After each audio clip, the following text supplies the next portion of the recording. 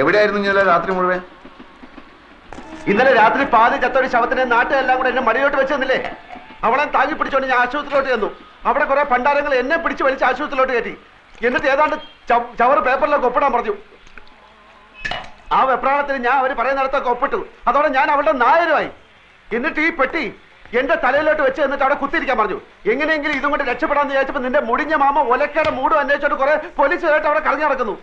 ഇനി അയാളുടെ കണ്ണി പെട്ടിട്ട് പുലിവാലാക്കണ്ടെന്ന് കരുതി നിധി കാക്കുന്ന ഭൂതത്തെ പോലെ ഈ പെട്ടിയും കെട്ടിപ്പിടിച്ചോണ്ട് ഞാൻ അവിടെ ഇരിക്കുക. നേരം വെളുത്തപ്പോ അവളുടെ തന്തയും കുറെ ആൾക്കാർ ഒരു പട പോലെ അലറി വിളിച്ചോണ്ട് ആശുപത്രിയിലോട്ട് വന്നു. ആ തന്ത എന്നെ കണ്ടത് അലച്ചു കല്ലി എന്റെ കാലിലോട്ടും പിന്നെ അവിടുത്തെ തലയും കുത്തി താഴോട്ടും.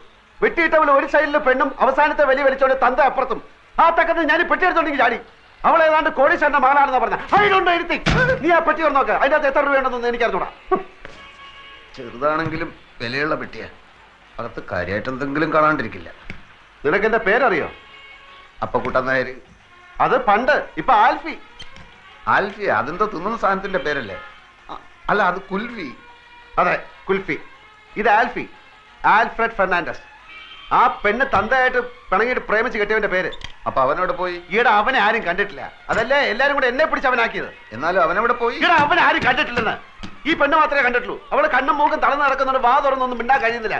എന്റെ ഗതികളല്ല എന്ത് പറയാൻ. എന്നാലും അവനവിടെ പോയി? അവനെ കണ്ടിട്ടില്ലെന്ന് പറഞ്ഞാ തുറന്നു. ഇതെന്താ വലിയ പെട്ടിക്കകത്തൊരു ചെറിയ പെട്ടി? വെട്ടിയല്ലടാ, കമ്പ്യൂട്ടർ.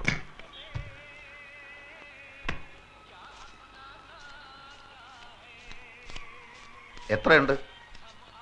1100 പിന്നെ 20. അത്രേ ഉള്ളൂ? നിന്റെ അത്യാവശ്യം കണ്ടപ്പോ ഞാൻ വിചാരിച്ചു അത്രയെങ്കിലും ഉണ്ടല്ലോ. അപ്പോ ചേട്ടനാ ഇരിക്കണം ഇരിക്കണം. ഇനി താൻ അങ്ങനെ എന്നെ ഇരുത്താൻ നോക്കണ്ട. 2-3 മാസം വാടക കുടിശ്ശികയുണ്ട് അല്ലേ? ഇനി അവധിയില്ല. ഇപ്പൊ ഇറങ്ങണം. ഇത് കണ്ട 2 മാസം വാടകയുണ്ട്. ഇത് അങ്ങോട്ട് കൊണ്ട് തരാതിരിക്കായിരുന്നു. അടുത്ത ഞാൻ 2-3 ദിവസം കൊണ്ട് തരാം. ഞാൻ 3-4 ദിവസം വീട്ടിൽ കൊണ്ടുതരാം. 2 ദിവസം കഴിഞ്ഞ് 2-3 ദിവസം വീട്ടിൽ കൊണ്ടുതരാം. ആ ശരി, വാടാ. അത് പോയി. ദേ ചെക്കും ബാങ്കിന്റെ ബുക്കും. എവിടെ?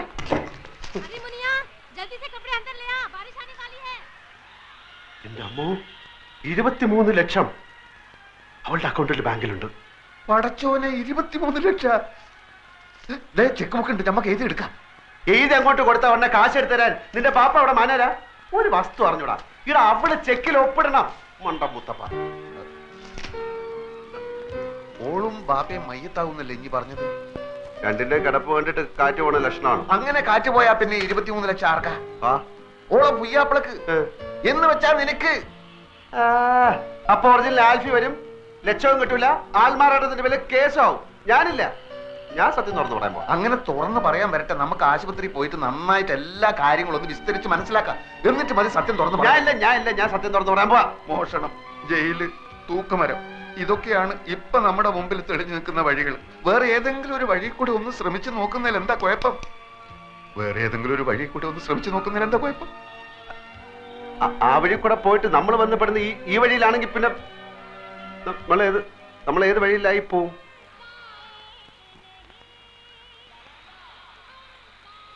പോയി നോക്കണോ?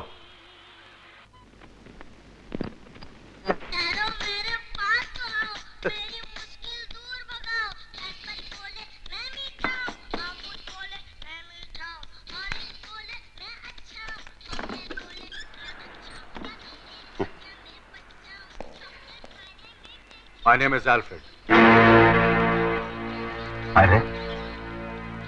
My name is Alfred. എന്താ? ആരാ? ഭൂതം കുളത്തിന്ന് പുറത്ത് ചാടി. ഇത് മറ്റവനാണ് Alfie. Yes. How do you know my wife? Sir വരണം. ഞാൻ സാറിനെ എന്തെങ്കിലും മീറ്റ് ചെയ്യുന്ന എനിക്കറിയാം. സാർ ഇരിക്കണം, ഞാൻ എല്ലാം വിശദമായിട്ട് പറയാം. ഞാൻ കാര്യം പറ്റിക്കണമെന്നൊന്നും ഇല്ലായിരുന്നു. 100 സാറിന് ചായ കൊടുക്ക്. ചായയിലൊന്നും ഒതുങ്ങുന്ന കേസല്ലേ ഇത്. നീ കൈകാര്യം ചെയ്ത്.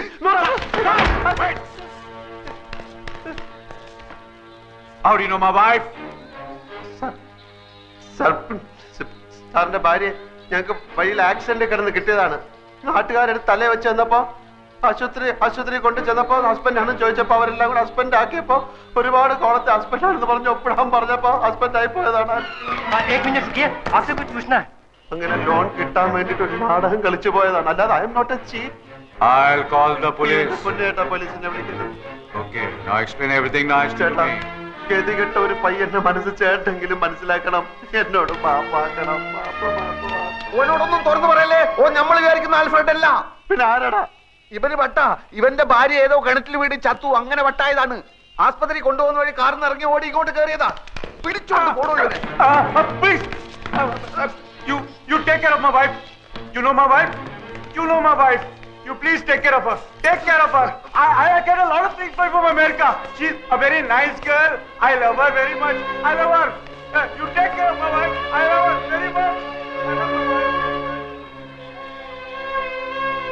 കാലത്തിന് ഒരു കോട്ടിട്ട ബട്ടന്റെ കാലുമല വീഴേണ്ട വല്ല കാര്യം ഉണ്ടായിരുന്നു? കാര്യങ്ങളുടെ പോക്ക് ഇങ്ങനെയാണെങ്കിൽ ആ പോയവന്റെ കണ്ടീഷനായി പോയി ഞാനും.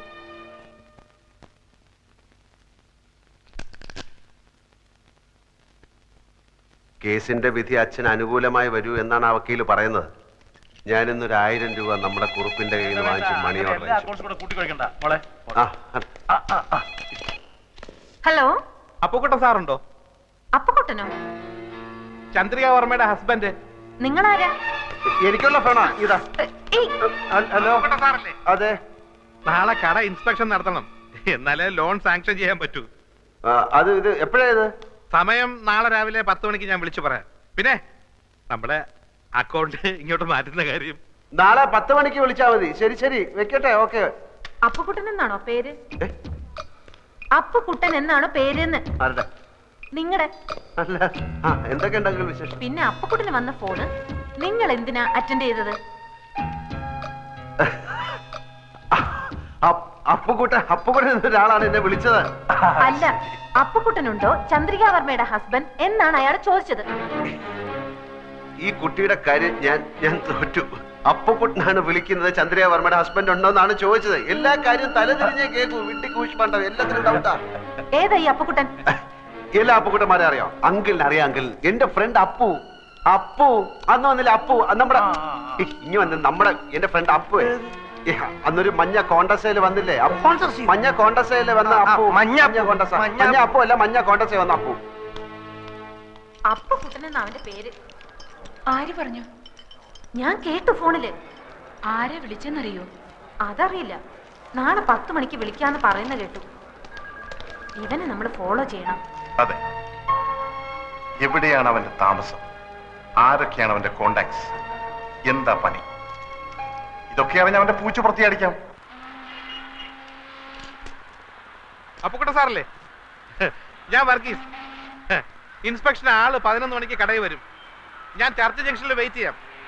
ഈ വഴി വരാണെങ്കിൽ നമുക്ക് ഒന്നിച്ചു പോവാം. ശരി ശരി.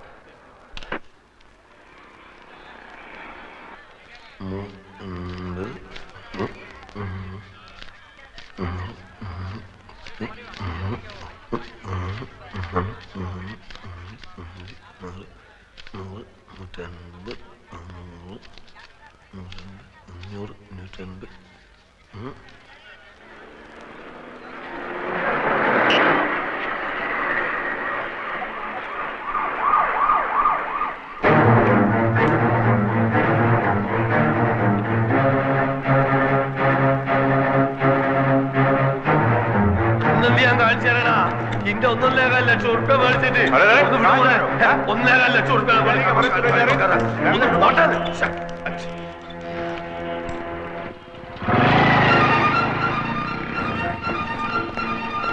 വണ്ടി എടുത്ത് വേണം.